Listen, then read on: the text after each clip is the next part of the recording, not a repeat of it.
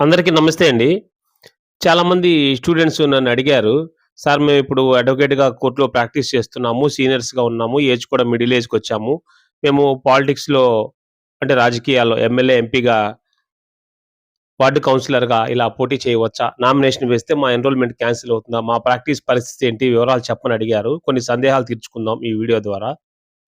ఇక్కడ చాలామంది అడ్వకేట్స్‌కుండే main doubt అన్నమాట. నేను ఎన్నికల్లో పోటీ చేస్తే నా ఎన్రోల్‌మెంట్ క్యాన్సిల్ అవుతుందా? దీనికి ప్రశ్నకి సమాధానం లేదు. కేవలం ఎన్నికల్లో పోటీ చేసినంత మాత్రాన అడ్వకేట్ ఎన్రోల్‌మెంట్ ఎలాంటి పరిస్థితుల్లోనూ ఆటోమేటిక్‌గా రద్దు కాదు. ఎందుకంటే అడ్వకేట్ యాక్ట్స్ 1961లో కూడా బార్ కౌన్సిల్ ఆఫ్ ఇండియా రూల్స్‌లో కూడా ఎలక్షన్ కంటెస్ట్ చేయడం వల్ల ఎన్రోల్‌మెంట్ క్యాన్సిల్ అవుతుందని ఎక్కడ చెప్పలేదు. ఒక అడ్వకేటు రాజకీయ పార్టీ తరపున గాని, ఇండిపెండెంట్ క్యాండిడేట్‌గా గాని నామినేషన్ వేయడం ద్వారా చట్టబద్ధమే అది. ఈ దశలో అతను అడ్వకేట్‌గా కోర్ట్‌లో ప్రాక్టీస్ చేయడంపై ఎలాంటి నిబంధన లేదు. కానీ ఎన్నికల్లో పోటీ చేయడం ఒక దశ అయితే, గెలిచిన తర్వాత అది ఎమ్మెల్యే కావచ్చు, ఎంపీ గావచ్చు, పూర్తిగా కాల పరిమితి అంటే ప్రజాప్రతినిధిగా పనిచేయడం మరో దశ. అక్కడ bar council of India rules అమల్లోకొస్తాయి. అంటే బీసీఐ రూల్స్ ప్రకారం అడ్వకేట్ వృత్తి ఒక ఫుల్ టైమ్ నోబెల్ ప్రొఫెషన్. ఒక అడ్వకేట్ పూర్తి కాల ప్రభుత్వ పదవిని స్వీకరిస్తే ఎమ్మెల్యే ఆర్ ఎంపీ. లేకపోతే ఇంకేదైనా వార్డ్ కౌన్సిలర్ అనుకుందాం. Full time salaried constitutional post అయితే కోర్ట్ ప్రాక్టీసు కొనసాగించకూడదు.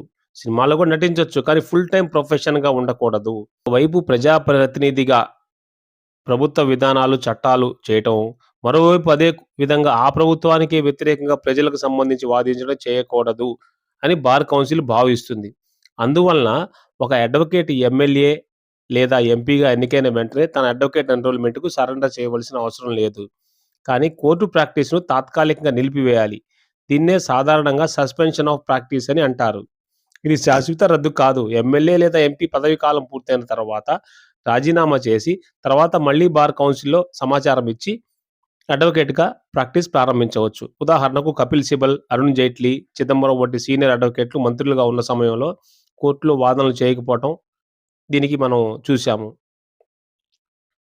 ఇక మున్సిపల్ వార్డ్ కౌన్సిలర్, పంచాయతీ సభ్యుడు వంటి స్థానిక సంస్థల విషయానికొస్తే అవి సాధారణంగా పూర్తిగా ప్రభుత్వ ఉద్యోగాలుగా పరిగణించబడవు కాబట్టి చాలా సందర్భాల్లో అడ్వకేట్‌గా ప్రాక్టీస్ కొనసాగించడానికి అనుమతి ఉంటుంది. అయితే ఆ పదవి full time salaried government post అయితే బార్ కౌన్సిల్ నియమాలు వర్తిస్తాయి. అంటే ప్రధాన సూత్రం ఇక్కడ ఒక్కటే. ప్రభుత్వం పూర్తి కాల పదవి ఉంటే ప్రాక్టీస్ ఆపాలి. లేకపోతే అడ్వకేట్‌గా కొనసాగించవచ్చు. రాజ్యాంగం ప్రకారము అడ్వకేటు రాజకీయాల్లోకి రావడానికి పూర్తి స్వేచ్ఛ ఉంది. Gives knowledge constitutional rights. Bar council gives discipline. ఈ మూడిటిని గౌరవిస్తూ ముందుకు వెళ్తేనే ఒక అడ్వకేట్ న్యాయస్థానంలో ప్రజాసేన చేసుకుంటారు. ఎందుకంటే భారత రాజ్యాంగంలోని ఆర్టికల్ 19(1) ఏ, 19(1) ప్రకారం ప్రతి భారత పౌరుడికి భావ ప్రకటన స్వేచ్ఛ, సంఘాలు ఏర్పాటు చేసుకునే హక్కుంది.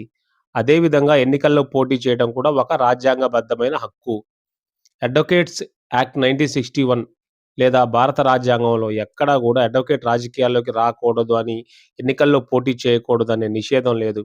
అందువలన లా చదివిన వ్యక్తి గాని, అడ్వకేట్‌గా ప్రాక్టీస్‌లో ఉన్నటువంటి వ్యక్తులు కానీ, బార్ కౌన్సిల్‌లో ఎన్రోల్‌మెంట్ అయిన వ్యక్తి గాని, ఎమ్మెల్యే, ఎంపీ, ఇండిపెండెంట్ క్యాండిడేట్‌గా అసెంబ్లీ లేదా పార్లమెంట్ ఎన్నికల్లో, అలాగే మున్సిపల్ వార్డ్ కౌన్సిలర్, పంచాయతీ సభ్యుడు వంటి స్థానిక సంస్థల ఎన్నికల్లో నామినేషన్ వేయటానికి పూర్తిగా అర్హుడే.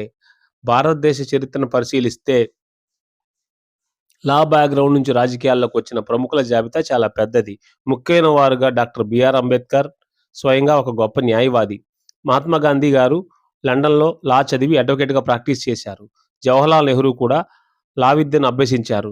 ఆధునిక భారత రాజకీయాల్లో కపిల్ సింగ్, సల్మాన్ ఖుర్షీద్, అరుణ్ జైట్లీ వీరిని గూడా మనం అడ్వకేట్‌లుగా పనిచేసి ఎమ్మెల్యేలుగా చేసిన వారే. పై ఉదాహరణలని ఒక విషయాన్ని స్పష్టంగా చెప్పాయి. చివరగా లా, పాలిటిక్స్ ఒకదానికొకటి విరుద్ధమైనవి కావు. సరైన నియమాలు పాటిస్తూ 2 సమాంతరంగా నడిపించుకోవాల్సిన అవసరం అడ్వకేట్ మీద ఉంటుంది. అడ్వకేట్‌గా ఉన్న వారికి లా చట్టం తెలుసు కాబట్టి, వాళ్ళు దేశానికి ఉపయోగపడే విధమైనటువంటి చట్టాలు రూపొందించటంలో, సలహాలివ్వటంలో, ఒక యాక్టివిటీ చేయటంలో వాళ్ళకి మంచి నాలెడ్జ్ ఉంటుంది. అడ్వకేట్స్ యాక్ట్ 1961లో కూడా బార్ కౌన్సిల్ ఆఫ్ ఇండియా రూల్స్‌లో కూడా ఎలక్షన్ కంటెస్ట్ చేయడం వల్ల కంటోన్మెంట్ క్యాన్సిల్ అవుతుందని పర్టిక్యులర్‌గా చెప్పలేదు. సో, ఫైనల్‌గా మనం చెప్పుకునేదేంటంటే, అడ్వకేట్ యాక్ట్స్ ప్రకారం గాని, కాన్స్టిట్యూషన్ ప్రకారం గాని, లా ప్రాక్టీస్ చేస్తూ ఉన్నప్పుడు, కోర్టులో కేసులు వాదిస్తూ ఉన్నప్పుడు, ఫుల్ టైమ్ పొలిటికల్ లీడర్‌గా ఉన్నప్పుడు, తాత్కాలికంగా బార్ కౌన్సిల్‌కి ఇన్ఫార్మ్ చేసి, అతను పదవి కొనసాగించవచ్చు.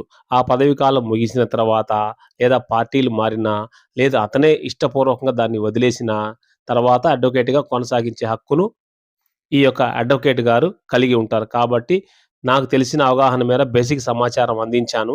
కాబట్టి మీరు మెయిన్‌గా అడ్వకేట్స్ యాక్ట్‌ని, కాన్స్టిట్యూషన్ రూల్స్‌ని బాగా నేర్చుకున్నట్లయితే మన హక్కులేంటి, మనం ఏది చేయవచ్చు, ఏది చేయకూడదనే అంశాలు కూడా తెలుస్తాయి.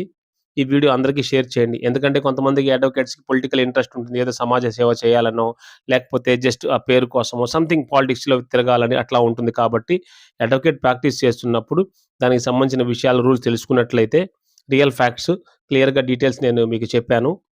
Thank you for watching.